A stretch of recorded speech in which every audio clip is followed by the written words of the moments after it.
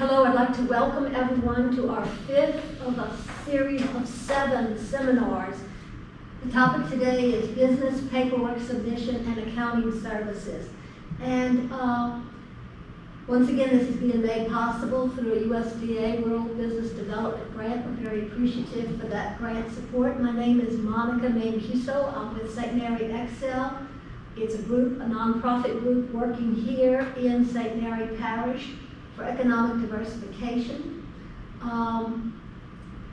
The agenda pretty much begins with a little background information. We hosted a panel review in 2018. It's been a little bit approaching 3 years now. In the spring, we actually got our report in 2019, so it's like 2 years ago we got this really interesting report. And we've been working during this 2-year time to implement many of the initiatives that were outlined in this report. This report being developed by a group of very knowledgeable and diverse group of individuals that came into Morgan City, met with constituents that are here, met with residents, and kind of pointed us in a direction to try and boost the economy. So today, coming from that report, we were able to access some funds, allowing us to support you as business people in the area. So we're really excited about this. And we're also excited because we don't have to go far to get this business support. We have our local talent, Mr. Tim Mott, who has an accounting degree from Nicholls State University. He's a certified public accountant, having passed all those very rigorous tests. He's been practicing in our area. He's very familiar with our area and some of the needs for over 30 years, and we love to recall that he is our former mayor and really connected us in so many ways. So as I said, this is the 5th of 7 seminars, and this being business, paperwork, submission, and accounting services. And so I yield the floor to Mr. Mott. Well, thank you, and it's a pleasure to share with you some ideas on what can be sometimes an overwhelming or intimidating item. And in my charge today is to try and make that whole process as less intimidating and as less overwhelming as we possibly can. Basically what this presentation is geared to is someone who's thinking about starting a new business or has started a new business but says, you know, now I need to formalize, I need to take care of my paperwork so that I can be in accordance with all the local laws in both at the federal, state, and local level. So what I'm going to cite today is several resources. These are all readily available online, and I'll leave this same list with Ms. Mancuso, and she can share that in whatever format we can do that for.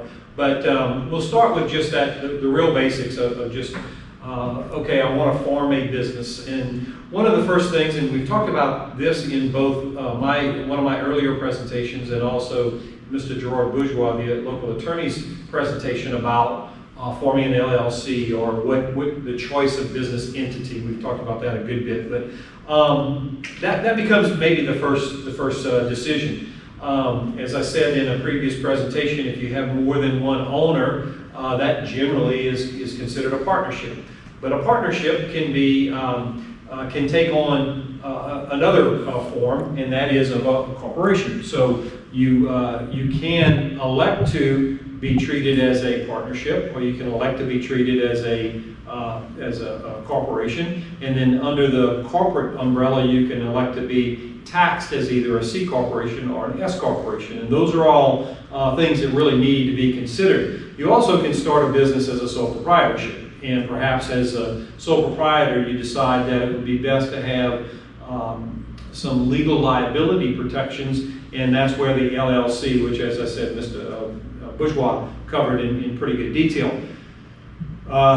The place that you go to make these filings and to establish yourself with the state of Louisiana is at the Louisiana Secretary of State's website. Theirs is www.sos.la.gov, and that of course, simply Google Louisiana Secretary of State and you'll get there.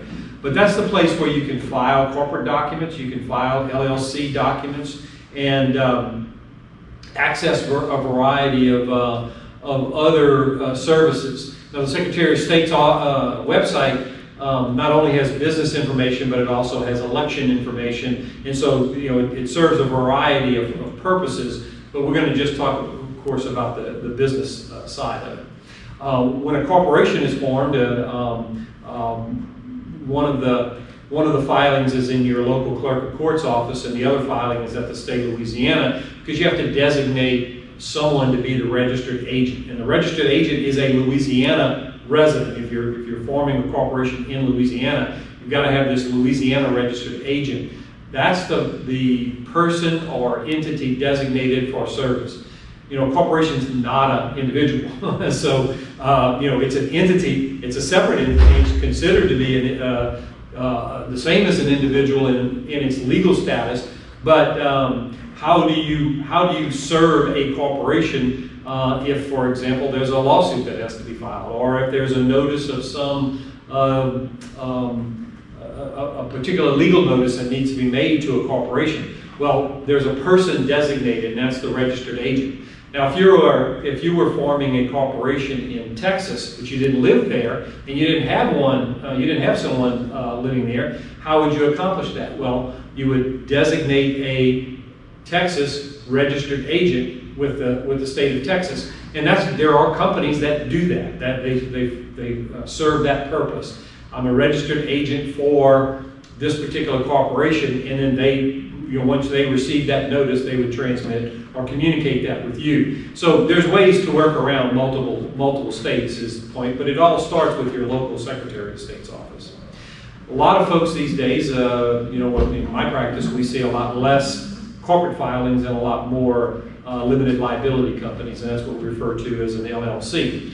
So the limited liability company, they also file documents with the Secretary of State's office, and then there's a registration. Additionally, corporations and LLCs have an obligation to file an annual report.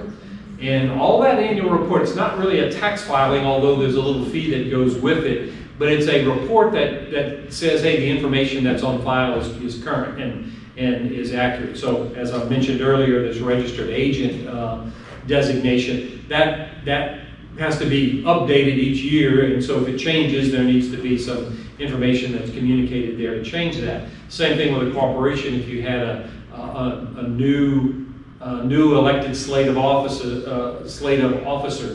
that would be filed with the Secretary of State's office so that those documents can be kept up to date. Now, a lot of times you don't hear much about it until you're delinquent, and one of the ways that I guess that gets checked fairly often is if you go to the bank and apply for a loan. First thing the bank is going to do is make sure that your corporate status is up to date, and they're going to check with the Secretary of State's office. And I can check with the Secretary of State's office today to see if any of my clients are delinquent or are they up to date. It's simply a matter of a search on their website, and there it is, and you can make those determinations.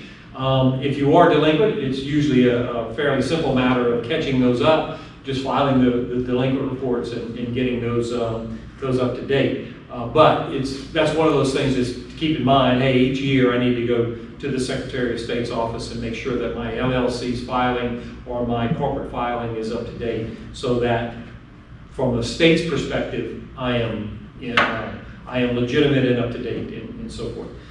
There are several links on the Secretary of State's website also that will lead you to the other sites that we need to look into to establish ourselves as a business and to make sure we're doing the filings that are correct.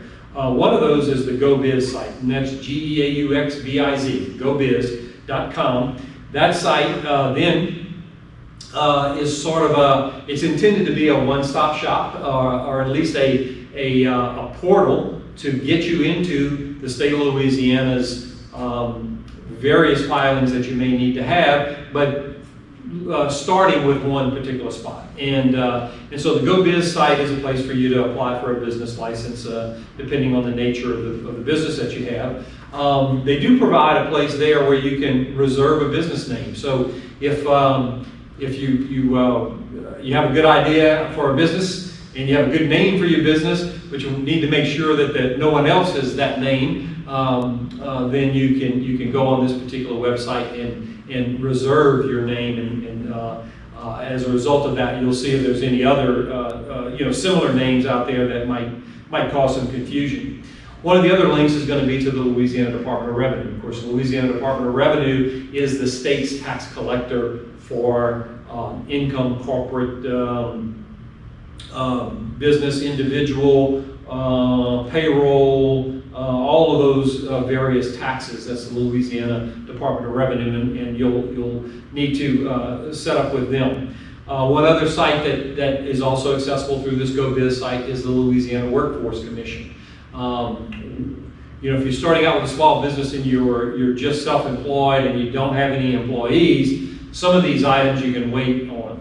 But once you start hiring employees, then that opens another area in this Louisiana Workforce Commission. I'll come back to that one, but that'll also be the site that you'll need to access. One of the other things that you can do is on the other end of the spectrum is if you need to dissolve a business. Just no longer doing business in this name. I don't want to deal with the tax filings anymore. Don't want to deal with anything. There's a affidavit to dissolve the business, and that also can be accessed through the GoBiz site. I mentioned the annual report filing. That can be accessed there. Then in both the corporate realm and the LLC realm, there are times where changes are made to the organizational documents, maybe a name change. We decide to do business, change the name of the business to more properly reflect some new line of business that we've done. So we have to go in and make a change to the name. That's all available on that particular site.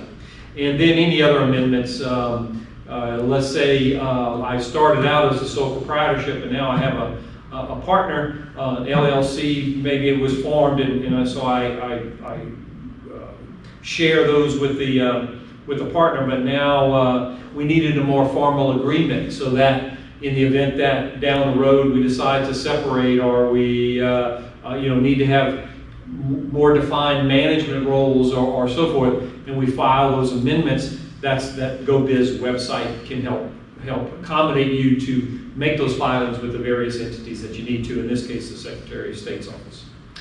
And then the next one that becomes very important is the Internal Revenue Service.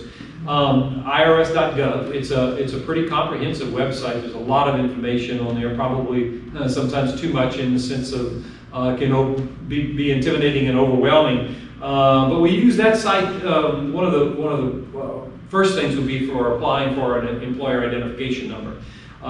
There's also links to applying for electronic payment of taxes, and then any of the various IRS forms that can all be accessed there. So let's take a step back now and talk about, as we, the topic for today is forming a new business and getting my paperwork ready. So I decided that I'm going to operate as an LLC. I have maybe consulted with my attorney, formed that LLC, and we're filing those documents with the Secretary of State. Probably the next thing I need to do is to go up and open a bank account. And the bank will, if they're going to open up a business account, the first thing they're going to ask you for, first thing you're going to need is an employer identification number. And that process is initiated on this Internal Revenue Service website. So you go to the Internal Revenue Service website, put in employer in the search box, you can put in employer identification number or EIN, or apply for an EIN, and it'll take you to a link that allows you to do that. The good thing about the website, it'll tell you this is the information you need to apply for this number. So kind of you can get prepared so that when the questions come up, you can answer them. But it is something that can be done in one setting if you have all the information available, and you can click on. You can either choose to receive your employer identification number by mail, or you can download the PDF letter from the IRS at that point. So within a few minutes, you can have that employer identification number. That's a very important document. It's easy to get that first one. It's easy to have it. But to get the IRS to send you one in replacement is a much more difficult ordeal. So that's the one that you need to put away in a safe place and keep, and you'll be referring to that from there on out. That employer identification number allows the bank now to open up that checking account for you that you may need to then transact your business. But one of the questions on the employer identification number questionnaire is, do you anticipate having employees over the next 12 months, and if so, how many? And if the answer is yes, if you're planning on having employees, that's going to trigger that the IRS setting you up for payroll taxes. And that changes a simple business to a much more complicated business. In that regard, once you have employees and once you have the obligation to deal with payroll taxes, and I'll talk about those in just a second, that will probably lead you to a few other complications and a few other things that you're going to want to take into consideration. So we formed our LLC, we filed with the Secretary of State. That process is underway. We're legitimate there. Now we applied for an employer identification number. We received it. We go down to the bank and we open up that account, that checking account, and we're ready to start depositing either business receipts or initial capital investments into that account, and we're going to pay the expenses that we incur in our business out of that account so that we have it all in one place to account for it. Now let's talk about payroll, because that, as I said earlier, that can and does open you up to a lot of other filings and so forth. So what's our obligations as an employer? Well, first off, if we have payroll, we're going to be obligated to withhold payroll taxes. And one of the questions that always comes up in that particular regard, well, can I just pay them as contract labor? And the difference between an employee and a contractor is, I'm going to give you kind of an overview. There's a lot of intricacies in here that need a little more explanation than we have time allowed for here. But the basic criteria that the IRS is going to look to is the level of control that you exercise over the performance of the duties. Okay, so I'm opening a little bakery shop, and I need an assistant in my bakery to help me produce the product that we're going to put out on our shelves every day. Say we're making donuts and make at the donut shop. That'd be a good one. So I'm hiring somebody to work in the business and help bake the donuts that we're going to put on there and then sell them across a counter each day as we do that. Generally, that's going to be an employee. The reason for that is you're going to tell them, I need you to come to work at 7 in the morning, and I need you to stay till noon, and your job duties are going to be this and so forth. So you're exercising control over that person and the conduct of their services. So that's going to be your employee. Now let's suppose in that same business we have outside of the parking lot, I have a grassy or a flower bed out there, and I'm going to hire somebody to periodically come in and take care of my flower bed. In that particular case, that person might be a contractor. If I'm not telling them they got to be here at 8 o'clock in the morning and leave by 10 o'clock, if I'm not telling them that how to do their job, other than I have I can set parameters and say, hey, I want it to look nice, I want some flowers and some shrubbery and so forth, but how they do it and how they transact they provide that service is really up to them. As long as they can satisfy my overall need, that's likely a contractor. Another good point of making that one a contractor, if he shows up with his own shovel and his own buckets and his own, whether you buy the flowers or not is not really the significant part, but if they show up with their own tools, then, and you're not paying them necessarily by the hour, but by the job, if you will, but for maintaining that, then that's a contractor. That one's fairly obvious. There's a whole lot of them that are a lot more, a lot closer, and so forth. And so that's where I said you may want to have some consultation in that regard, because it's a tricky area. So what's the difference if it's a contractor versus an employee? If it's your employee, you're obligated to pay them a wage that's appropriate under the minimum wage laws, and withhold payroll taxes from them. So I have to withhold Social Security, 7.65%. I've got to withhold federal withholding based on their rate of pay and based on the required withholding amounts. I've got to withhold state income taxes on them. I've got to pay federal and state unemployment taxes on them. And then I have to match the Social Security that I withheld out of their payroll and remit those payroll taxes. That's my obligations for handling employees. For an independent contractor, I simply pay them a check. And it's their responsibility to handle their own payroll taxes, their own income taxes, and pay whatever other bills and insurances and all of those other obligations that I might have. So that's the difference between the two, and why you need to make that determination in that regard. So if I do have an employee, now what I've got to do is, as I said, when I apply for my employer identification number, I also need to then be prepared to set up my payroll and to remit payroll taxes.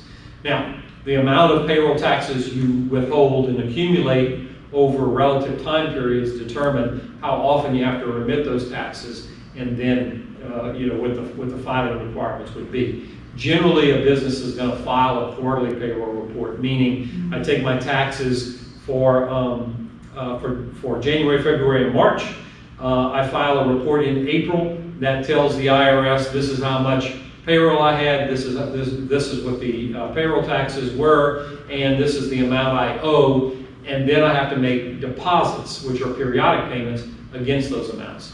So if it's less than $2,500 per month, and there's some different cutoffs, and I don't want to get into that level of detail, but just know that there's some different cutoffs. But if I have a relatively small amount of payroll taxes, then I'm only going to have to pay that once a month.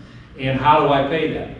Well, the IRS has another system, their electronic federal tax payment system, EFTPS. That's how you remit those taxes to the IRS. The IRS.gov has a link to the EFTPS site. It takes you a few days to register, so you can't do it, oh, I owe some taxes tomorrow, I better sign up today. You need a few days to be able to do that. But you'll submit some information to the IRS, and banking information, and of course your employer identification number and those things.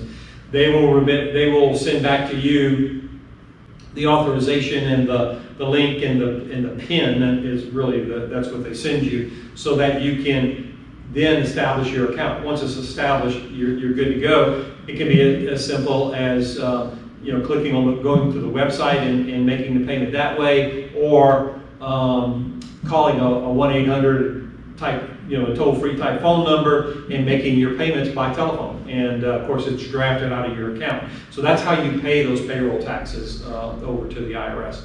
Large employers have an obligation to pay those payroll taxes twice a week. So you can be anywhere from once a quarter to twice a week, and there's some gaps in between there of different frequencies that you have to pay. But all of that information, of course, is on the IRS.gov website, and can clear that up for you.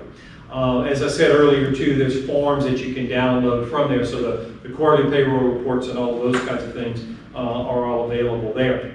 Now, I know all of that can be and maybe does sound intimidating and complicated, and it certainly can be, without a doubt. It can be very simple, if it's a very small business and you have both the time and the ability to sort through that, or you can do a combination type of thing. Hey, would you help me go to a professional? Hey, would you help me set this up? And then I'll make the payments, and then you take care of this, and I'll take care of that. And most practitioners will work with you on that. Additionally, there's some payroll services that basically do that whole process for you. I'll use a couple of examples here. QuickBooks is one, where you can subscribe to their payroll service, and then they'll handle all of those payroll filings for you, and of course you make the payment. So you would actually enter into their payroll system. For example, the number of hours your baker has been working for you in the donut shop, calculates the payroll, the withholdings, all of those kinds of things, drafts out of your account for the payroll to pay the employee, drafts out of your account to pay the payroll taxes, and then at the end of the quarter files that report for you. So that's a potential approach to it. Another approach to it are the ADPs and paychecks. These are payroll services, and there's many others. There they automate that process for you. You can do it's an app on your phone if you choose to, or you just put the information in, and the payrolls are all generated. Direct deposits are made to the employees' accounts. Payroll taxes are drafted out of your account. Net payroll is drafted out of your account, and they offer other services like workers' comp insurance, HR services, more formal human resource services, and so forth. Of course, it's all for a fee, but it goes back to something we talked about in our previous presentations of, as a business owner, you have to ultimately decide where are your services best utilized. And if it's out there beating the bushes and selling your product, if that's the best place for you to be, and for the use of your time, then maybe you're better off doing that and paying for these other services. Or if you're starting out and you really need to conserve your capital and keep your expenses to a minimum, taking those items on for yourself and doing those things, and then perhaps transitioning to, hey, I can now afford to pay people to do these things, and so I want to do that. Then those are just part of the steps of that you have to go through in deciding for yourself how best to structure your own approach to these opportunities. Besides the Internal Revenue Service, then we also have the Louisiana Department of Revenue, and the GoBiz site will get you to the Louisiana Department of Revenue and so forth. So there we've got some other taxes that we have to be concerned about. Tax-related information is available at the Louisiana Department of Revenue. There are search boxes there that can lead you to where you need to go. I mentioned payroll, so that's the first thing that we needed to consider in that particular circumstance. I mentioned earlier we're going to withhold Social Security taxes, we're going to withhold federal income tax, and we're going to withhold state tax. The same general rules apply. The timing is a little bit different in most cases, but same general rules apply that if I take taxes out of someone's paycheck, I of course need to remit that to the state of Louisiana, because that's it's not your money, it's their money, so it needs to be remitted there. And the state has similar types of systems that the IRS does. They have a website called LATAP, and LATAP actually is a portal for you to put in your withholding information so that you can then make the payment online. And the LATAP system will also handle a variety of other taxes too. The withholding, just like on the IRS's case for federal taxes, the state taxes that you withhold, there are tables that then calculate the amount. You can have a payroll system that does that for you and tells you how much you need to withhold, and then the frequency of the remittance will depend on how large the amounts are. For smaller amounts, once a quarter. For larger amounts, could be as frequently as once every 2 weeks, type of thing, just depending on the nature of your business. So we don't need to go into the details there. Just know that you do need to stay diligent about those. There's one thing I want to mention on payroll taxes, and because it's just I've seen unfortunately over the years some very difficult situations in both the federal and state case. Taxes that are withheld out of an employee's paycheck is a liability that can not only be assessed against the business, but can be assessed against the individuals who are responsible for withholding those taxes and making those payments. So what does that mean? If I have a corporation, I'm going to use a corporation in this example. If I have ABC Corporation and we have an excise tax because I have a big truck, and so I have to pay this annual excise tax, and the tax is $550 a year. And if the business gets bad and I can't afford to pay all my bills, and so I shut down, that liability of $550 is a corporate liability and stays with the business. So Mr. Business Owner is not legally liable for that $550 tax.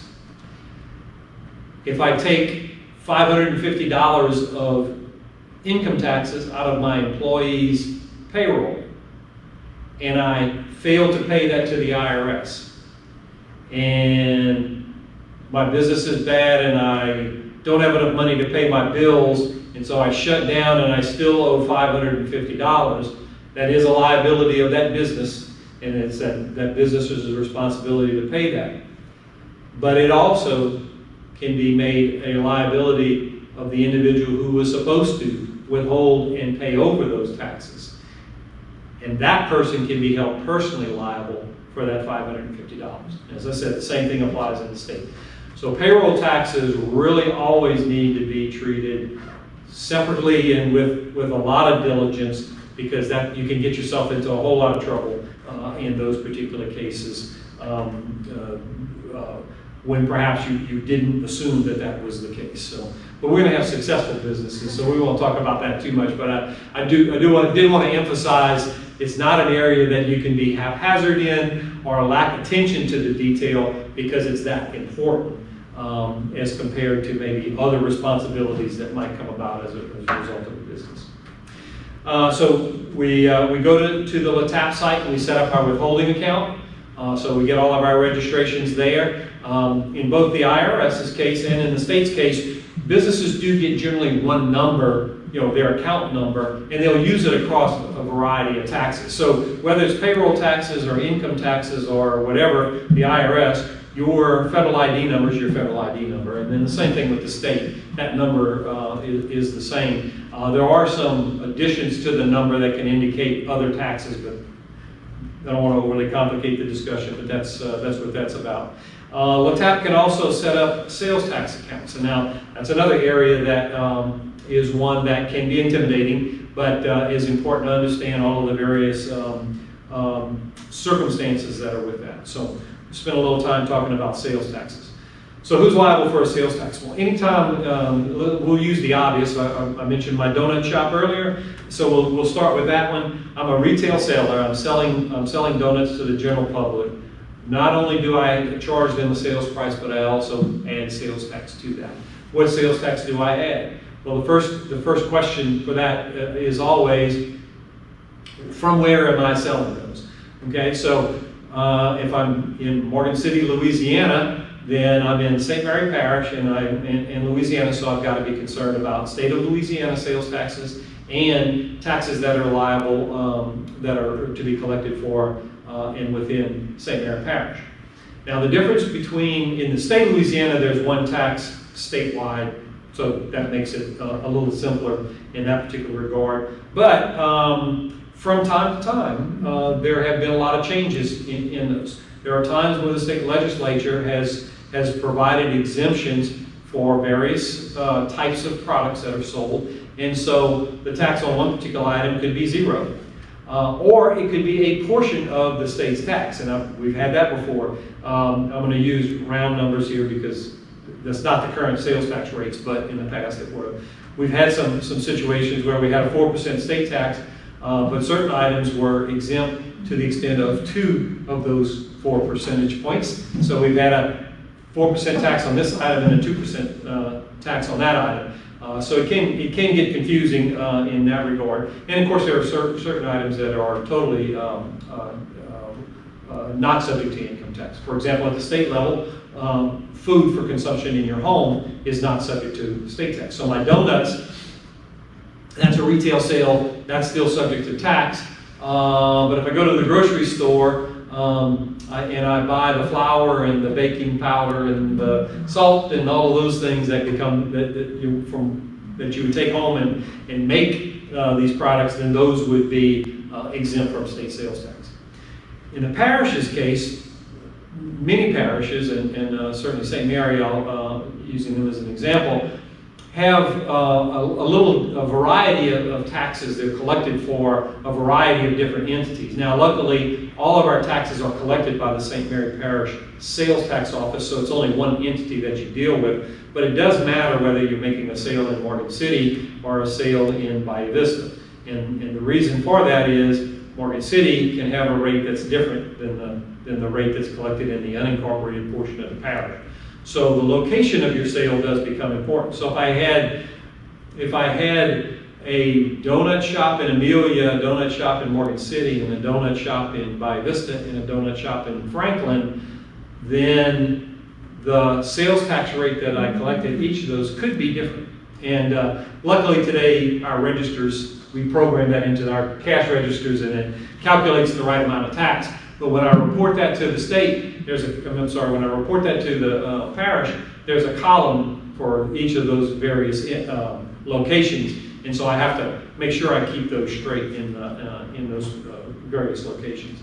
Now, if you're in the type of business, let's say other than a retail, let's say I am, I'm doing business in a variety of parishes, I might have to have registration in a variety of parishes. So let's say I'm selling, I'll do it this way. Let's say I'm selling these donuts, but I have a traveling vendor. He loads up his truck, his van, with donuts, and he goes to Terrebonne Parish and sells donuts in Terrebonne Parish for me. Okay, and he is still my business, but he's doing this as an employee. He's over there selling those. I would charge a Terrebonne Parish sales tax and file a Terrebonne Parish sales tax return there, and then a St. Mary Parish sales tax for the ones that come out of my retail location. So sales tax is something that you definitely have to pay attention to and understand those. Sales taxes also can get kind of complicated in this sense. If one of the taxable services that are included for sales tax purposes are repairs. So if I provide a repair service, for example, that's a sales taxable event. And the definition of repairs, though, is repairs of tangible personal property. So if I repair your home, which is real property, real estate, real property, that's not sales taxable. But if I repair your car, that is sales taxable. So a lot of little nuances there, so that's one that you may need to either one, spend a little time studying, or two, consult some professional help with understanding your type of business and what that application is. But today we can get online and apply for these applications. We can get online and access the forms we may need to file the reports, or we can get online and actually file the reports. I think most parishes allow that now, virtually all of them allow that now. So we can go on the TAP and file our state return. We can go on the parish e-file website and file our parish returns, and those funds will be drafted out of our account and sent to them. One of the, and I'll just mention this because we're gearing towards St. Mary Parish businesses in this report, but one of the things I will say is I've had several clients tell me that this is how they prefer to handle it because they just like it, and I understand why, because these folks do a great job, and that is they'll go down to, in this case, the St. Mary Parish Sales Tax Office on 3rd Street across from Sacred Heart, and just go sit with somebody over there, and they'll actually help them fill out the applications and get registered and do all of those things. They're very good about that personal service. So some of my clients go there every month and do that. Some of them just go there that first time, get all set up, and go from there. But if there's ever any questions, we're lucky here. We have a really good sales tax office that can really get you headed in the right direction with the appropriate forms, the appropriate registrations, and the appropriate calculations that you may need to make sure you stay in compliance with those sales taxes. The other thing that office does, by the way, for most of the entities in St. Mary Parish, is they also handle the occupational licenses. And that's an item, of course, that if you're starting a new business, that's one of those first things you need to have. There is no state occupational license in the sense that you've got to pay a fee to the state for just a general business. There may be some specific business licenses you may need, but from an occupational license, that definition, that's a local government thing. The city, the parish, each of the cities, each of the municipalities in St. Mary Parish, plus the parish government has this occupational license. But I really only need one occupational license. If I'm providing a service from an office in Morgan City, but I'm doing work in Franklin, I'm doing work in Amelia, and so forth, I don't have to have separate occupational licenses for those. I can have one license within the parish to do work within the parish. And for that matter, if I'm running to Homa and doing a service over there, if I have an occupational license in St. Mary Parish, I'm usually good as far as that goes. Now, I may still need a sales tax registration in Terrebonne Parish if the nature of the service I'm providing is subject to sales tax, but I don't have to have separate occupational licenses for all of those. Those are generally based on your gross sales. So for the first year, you pay some minimum amount, or you base it on your first month's worth of sales times 12. Look it up in the table. Well, that's a fee. So, the first one might be 25 or 50 bucks, something like that for that year. And then the next year, you're going to look on this chart, and the bigger the business, if I had $1 million worth of sales, I'm going to pay more than the guy who had $100,000 worth of sales. He's going to pay a good bit less. So, but that's how those numbers work. Professionals, for example, pay 1% of their gross revenue. So that determines. So if I'm a new physician and I have a medical office here, I'm going to pay based on what that first year gross receipts ended up being. At the Louisiana Department of Revenue site, we also can handle excise taxes and so forth. I've run into that a little bit. Those are a little bit more obscure, but tobacco taxes, which are not really, those are generally not at retail levels, but one thing I did run into was we have some vape stores, and so those stores have excise taxes that they have to pay, and those are remitted to this Louisiana Department of Revenue all through that LATAP site. So there's still one site you're going to make all of these payments, and which helps to make it a little more convenient.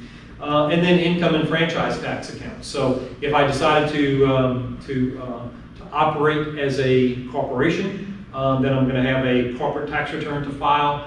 When it comes time to pay my corporate income taxes or my corporate franchise tax, then I'm going to pay that through this LATAP website. Now, corporations pay income taxes based on their net income. So if I have a net income at the end of the year, I calculate that tax, and that's what it's paid. The franchise tax doesn't have to do with franchisees or franchising of the business. It's a tax on your capital, and that's one that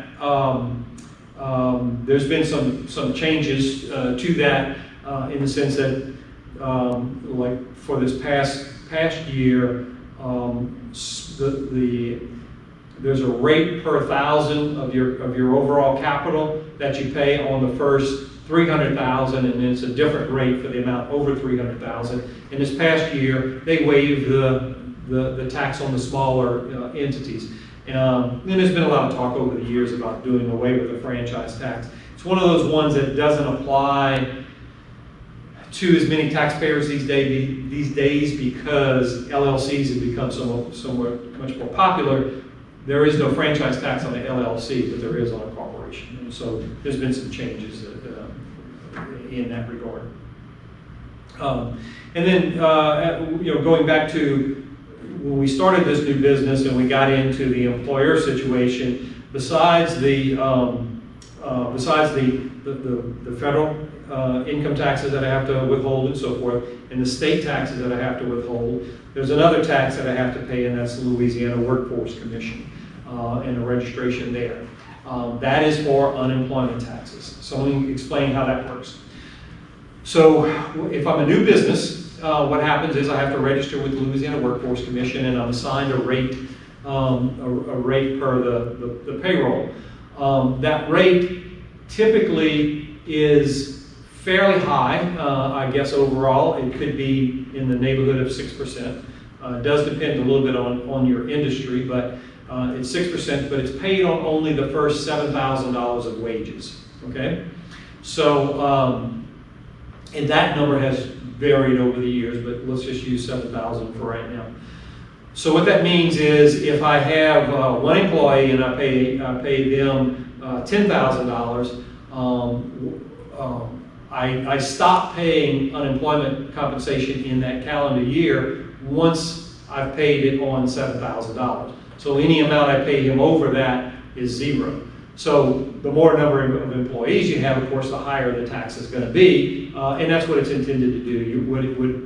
What these funds are, these tax revenues that the state collects, goes into the unemployment fund, and that provides the money that unemployed workers will receive if they are in a circumstance where they have to draw unemployment, okay?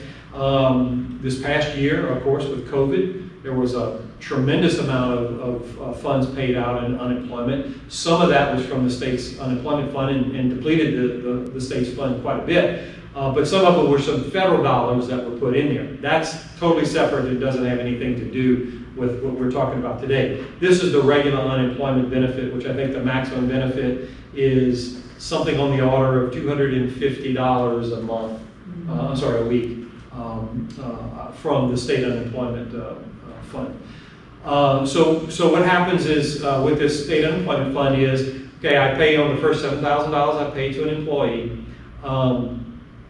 I don't pay on anything I pay them over that, and that goes into the fund. If I have no one that draws unemployment, well, hopefully I keep all my employees and they stay working for me.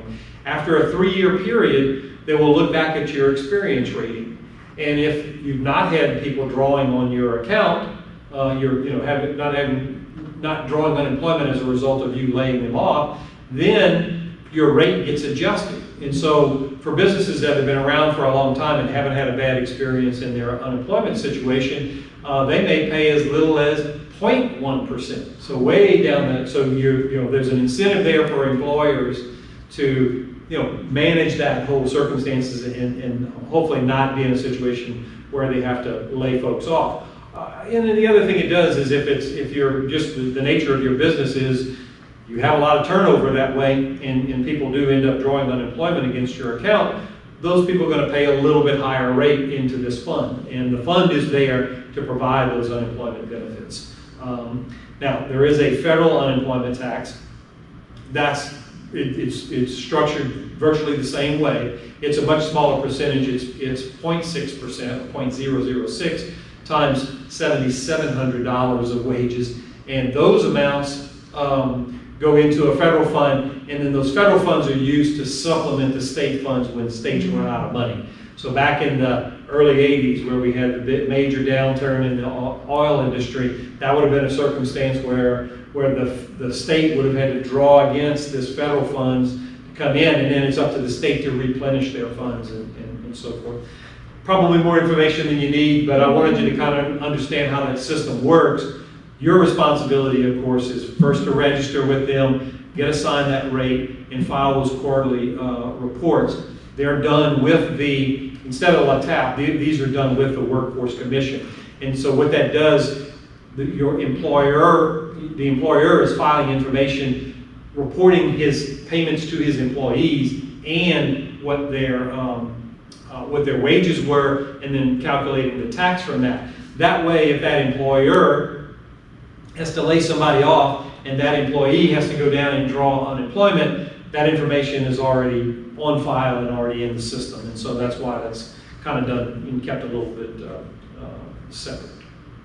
And then one last thing, just as an employer, as I said, business can be small and simple and so forth, but add an employee and we get a whole lot more complicated here. The next item would be the whole the workers' comp insurance area. Now that's not a tax issue at all. That's just a requirement under Louisiana law that you have to provide the opportunity for workers' compensation in the event an employee were to get hurt on the job. They've got to, you know, you need to have that insurance. Or, you know, technically I think, and I'm not a lawyer, but technically I don't think you have to have the insurance, but the result would be you'd have to provide that benefit, and that would be probably a whole lot more costly than providing the insurance. So, you know, some people go self-insured or self-insured for some portions of it and so forth. But workers' comp insurance, you need a good insurance agent. You need to contact them and work out an arrangement for this workers' comp insurance, because